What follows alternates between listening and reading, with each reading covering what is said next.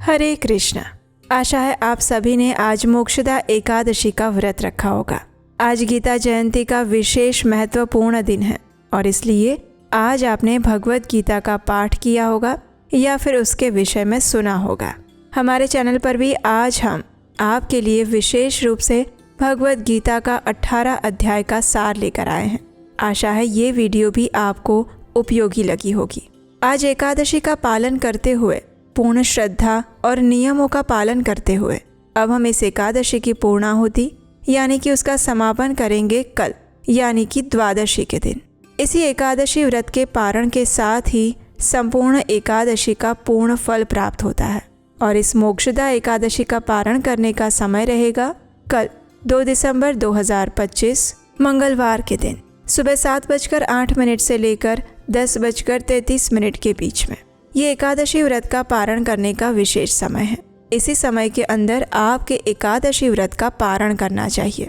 हमारे शास्त्रों में बताया गया है कि जिस प्रकार सरस्वती नदी में बिना स्नान किए अगर कोई पैर रखता है तो वो पाप का भागी होता है, उसी प्रकार से अगर एकादशी व्रत रखा है लेकिन उसका निर्धारित समय में पारण नहीं किया तो आपकी एकादशी अधूरी मानी जाती है। और ये मोक्षदा एकादशी तो वैसे भी विशेष है क्योंकि ये भगवान को प्रिय ऐसे मार्गशीर्ष मास में आती है।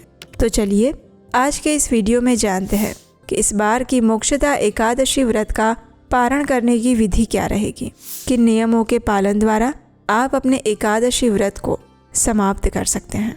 आइए आज का मोक्षदा एकादशी व्रत पारण विधि वीडियो आरंभ करते हैं। तो सबसे पहले द्वादशी के दिन प्रातः ब्रह्म मुहूर्त में उठ जाएं, स्नान इत्यादि से निवृत्त होकर स्वच्छ हो जाएं, स्वच्छ वस्त्र धारण करें, अपने घर में मंगला आरती करें, भगवान को जगाएं। अगर घर में नहीं कर सकते तो साथ में किसी मंदिर में जाकर करें या फिर ऑनलाइन मंगला आरती का दर्शन करें।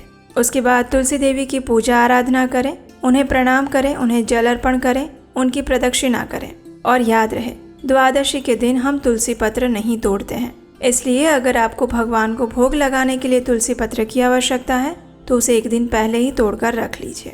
तुलसी महारानी की सेवा पूजा करने के बाद अब उनके समक्ष बैठकर हरे कृष्ण महामंत्र का जप कीजिए। आप प्रतिदिन जितनी माला का जप करते हैं उतनी ही माला का जप आप तुलसी देवी के समक्ष बैठकर कर सकते हैं। ये हरे कृष्ण महामंत्र है, हरे कृष्ण कृष्ण कृष्ण हरे हरे, हरे राम राम राम हरे हरे।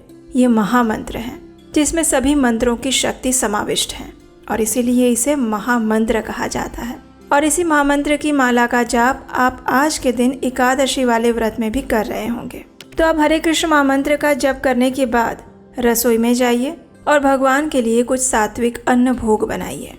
ऐसा भोग जिसमें लहसुन, प्याज या कोई भी तामसिक पदार्थों का प्रयोग ना किया गया हो। इस भोग को बनाने में ऐसे मसालों का प्रयोग भी ना करें जिसमें अनियन पाउडर, गार्लिक पाउडर इत्यादि का प्रयोग किया जाता हो।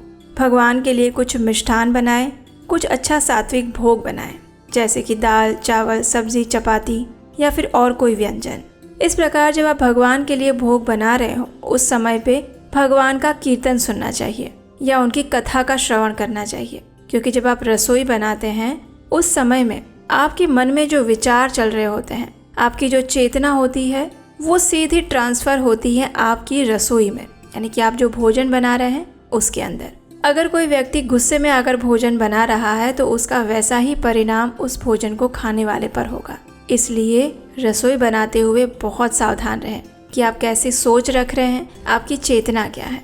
तो भगवान का स्मरण करते हुए, उनकी चेतना में लीन रहते हुए भगवान के लिए स्वादिष्ट सात्विक अन्न भोग बनाएं, उसमें तुलसी पत्र रखें और फिर भगवान को अर्पित करें। जब तक भगवान भोग पा रहे हैं तब तक आप दान की सामग्री एकजुट कर लें और बाकी तैयारियां कर लें। 15 मिनट बाद भगवान के पास से भोग ले लें, भगवान की आरती करें, उन्हें धूप, दीप, पुष्प इत्यादि अर्पित करें और उसके बाद एकादशी का पारण करने की तैयारी करें। पारण करने के लिए सबसे पहले भगवान के समक्ष जाकर हाथ में थोड़ा गंगा जल लीजिए और भगवान से प्रार्थना करते हुए इस मंत्र का उच्चारण कीजिए। ये पारण मंत्र है और ये मंत्र इस प्रकार है।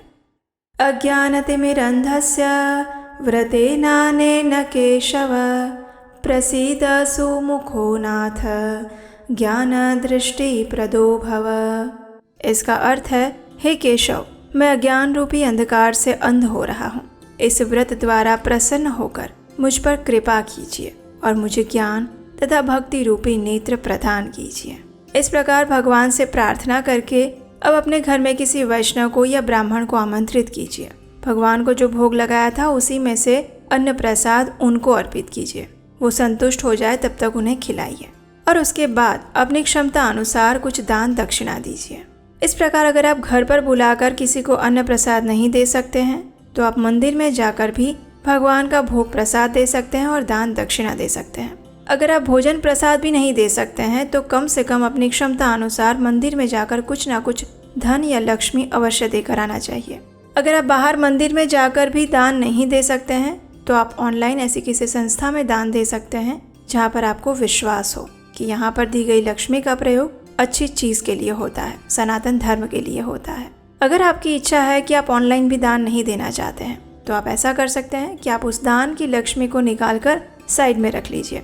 अगली बार कभी भी आप मंदिर जाएं या किसी ऐसी जगह पर जाएं, गौशाला में जाएं, तो वहाँ पर जाकर ये दान की राशि दे सकते हैं। अब समय है आपका स्वयं पारण करने का। पारण करने से पहले भगवान से प्रार्थना कीजिए, उनसे क्षमा याचना कीजिए और इस प्रकार कहिए, हे परम भगवान श्री कृष्ण, मैंने अपनी सीमित बुद्धि और शक्ति द्वारा इस एकादशी व्रत का पालन करने का प्रयास किया है। इसमें मेरे द्वारा हुई जाने और अनजाने में जो भी त्रुटि है उसे आप कृपया करके क्षमा कर दीजिएगा और मुझे आपकी शुद्ध भक्तिमय सेवा प्रदान कीजिएगा। इस प्रकार कहकर अब आप किसी भी अन्न प्रसाद के साथ अपना व्रत तोड़ सकते हैं। सबसे पहले भगवान को अर्पित चरणामृत ले सकते हैं या फिर भगवान को अर्पित जल ले सकते हैं और उसके बाद जो उन्हें भोग लगाया था वो अन्न प्रसाद ले सकते हैं।